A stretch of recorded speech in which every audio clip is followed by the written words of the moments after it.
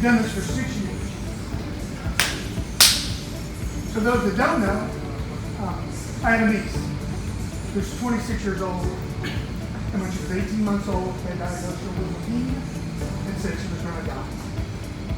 So we enrolled her in a clinical study at St. Jude, and they put her on an oncology drug and they drug poisoned her. You put them in a state to try to save their life. And she's 26, she's about 90 pounds. She's got the verbal capacity and the mental capacity of about a 4-year-old, but she loves better than all of us put together. She's got the purest heart. I've never met anybody who loves life. And so, St. Jude's is personal, right?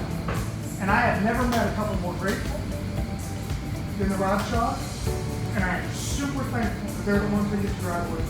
So, can we give a little round of applause?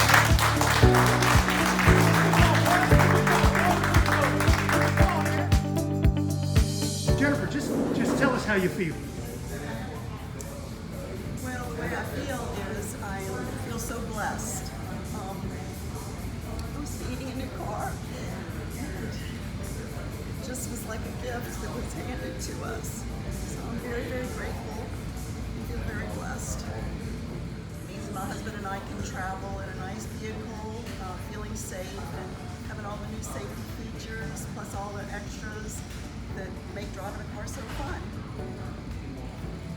So we have been talking about getting a new car, and just the week before the drawing I said, I think I'm going to need to get a new car in a year or two, and the drawing came, and my sister texted me and said, you won the car, and I thought she was joking, and she wasn't, and so here we are with this brand new, beautiful luxury car, and we couldn't be happier.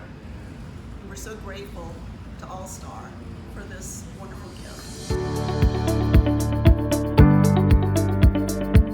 Who gets to drive it? Whose car is it? Whose car is it? It's mine.